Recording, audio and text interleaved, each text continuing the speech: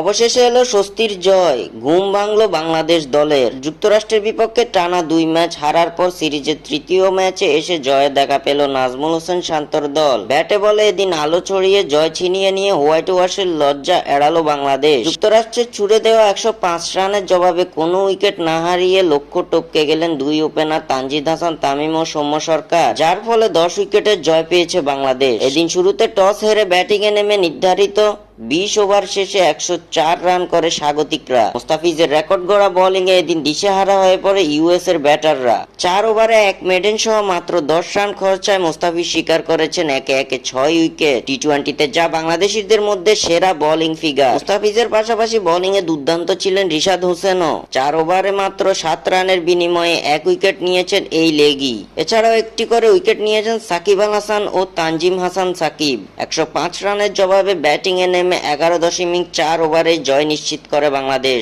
42 বলে 5-4-3 ছক্কায় 58 রানে অপরাজিত থাকেন তানজিদ হাসান তামিম। অন্যদিকে সৌম্য সরকারের ব্যাট থেকে আসে 4 ছক্কা এবং 2-4-43 রানের ইনিংস, যার ফলে 10 উইকেটের জয় নিয়ে মাঠ ছাড়ে বাংলাদেশ।